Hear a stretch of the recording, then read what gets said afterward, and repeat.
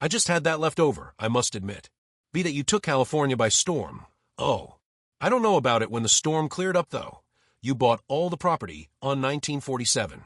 Bob Hope and Bing Crosby seemed like Hollywood's perfect duo, but behind their famous road movies lay a bitter truth.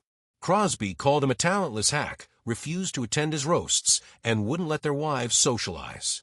Now, decades later, the real story emerges of how two comedy legends went from partners to enemies, and the shocking betrayal that finally tore them apart. Bob Hope was born as Leslie Towns Hope on May 29, 1903, in a London suburb called Eltham. His father, William, was a stonemason from Somerset, and his mother, Avis, was a light opera singer from Wales. Money was tight, and life in England was not easy. William decided to take a chance on a better future. In 1907, he left for America and settled in Cleveland, Ohio, where his brothers were already working as plumbers and steamfitters. A year later, he sent for his wife and 6 sons. The family traveled in third class aboard the SS Philadelphia and arrived at Ellis Island on March 30, 1908. When immigration officers recorded their information, they mistakenly listed Bob as 2 years old instead of 4. That error stayed with him on official documents for years. Life in Cleveland was difficult. The Hope family lived in a small home near Doan's Corners and struggled to make ends meet. They often took in boarders for extra income. Avis, despite the hardships, never stopped encouraging her children. She taught Bob to sing and helped him develop his natural ability to entertain. He loved to mimic people, tell jokes, and perform little dance routines.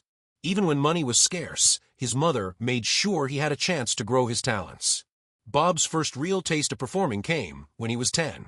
He entered a Charlie Chaplin look-alike contest at Luna Park in Cleveland and won. He loved the excitement of being on stage, but at that time, entertainment wasn't his main focus. Instead, he became interested in boxing. In 1919, he competed in the Ohio Novice Boxing Championships under the name Packy East, a tribute to boxer Packy McFarland. He won 3 fights before losing in the finals. Later in life, he joked that he spent more time on the canvas than Picasso. To help support his family, Bob took whatever jobs he could find. He sold newspapers, worked as a soda jerk, sold shoes, and even tried hustling pool. These jobs put him in contact with all kinds of people. He paid attention to how they talked, how they moved, and what made them laugh. Without realizing it, he was gathering the material that would later shape his comedy. By the 1920s, he started taking entertainment more seriously. He took dance lessons from professionals like King Rastus Brown and Johnny Root, which helped him get small jobs in vaudeville. His first performing partner was Mildred Rosequist, but her mother wouldn't allow her to travel, so he teamed up with Lloyd Durbin and later George Byron. In the beginning, he performed in small venues like Cleveland's Bandbox Theater. He kept working, improving, and climbing his way up. By 1931, he had reached New York City's Palace Theater, one of the biggest vaudeville stages in the country. Vaudeville became Bob's training ground. Most comedians of the time stuck to prepared routines, but he developed a more natural style. He liked to interact with the audience rather than just deliver rehearsed jokes. His performances combined dancing with quick one-liners, a mix that set him apart from other entertainers.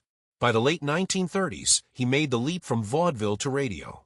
His first radio appearances included hosting the Intimate Review in 1935 and the Atlantic Family from 1935 to 1936. These early shows helped him get noticed, but it was the Pepsodent Show starring Bob Hope that made him a national star.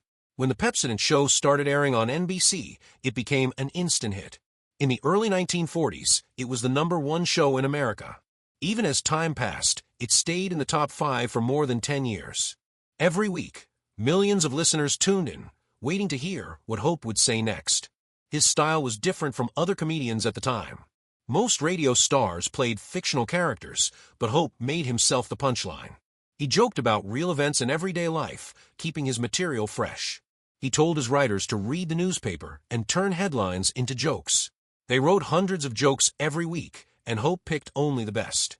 This fast-paced approach set the stage for the late-night talk show monologues that would come decades later. His success didn't go unnoticed.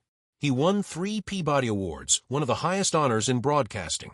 The first came in 1944, recognizing his efforts to boost morale during the war. The Peabody Committee praised his dedication, saying the joy he brought to the troops could never be measured. Later, he received more Peabody Awards for his work in both radio and television.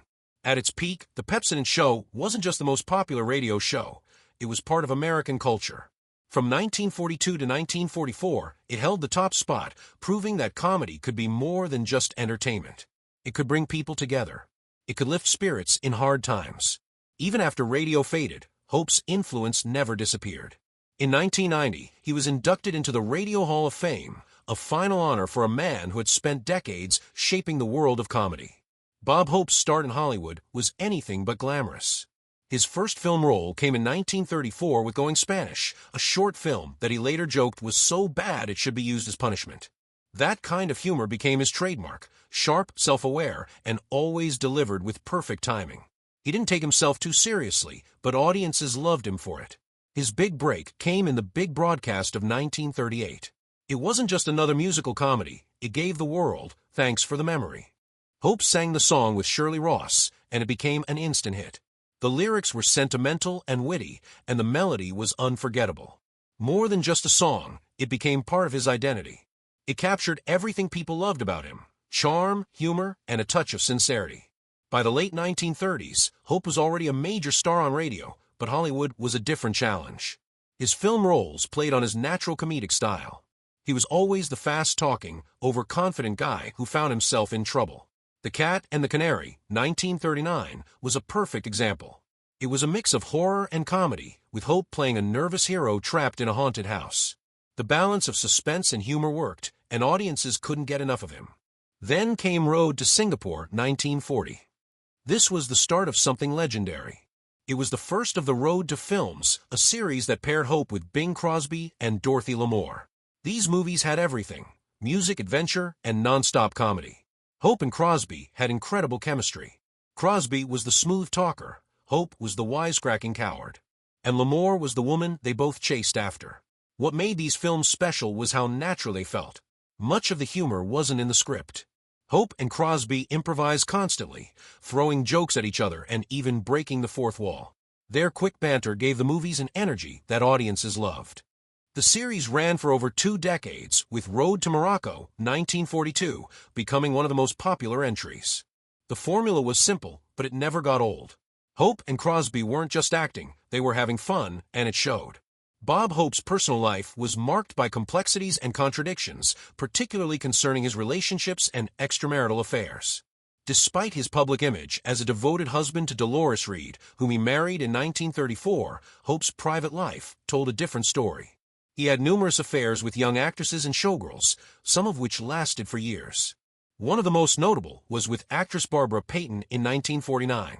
Their relationship lasted for about 6 months, during which Hope provided financial support, including paying for her apartment.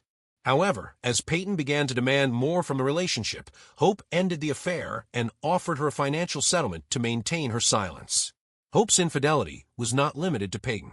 He was known to have had affairs with other women, including his publicity staff member Ursula Halloran, with whom he had a fairly open affair during a trip to Russia in 1958. Halloran tragically died of a drug overdose in 1963. Despite these numerous affairs, Hope managed to maintain his public image as a family man. He and Dolores adopted 4 children and remained married until his death in 2003. However, his extramarital activities were an open secret in Hollywood, highlighting the complexities of his personal life behind the scenes.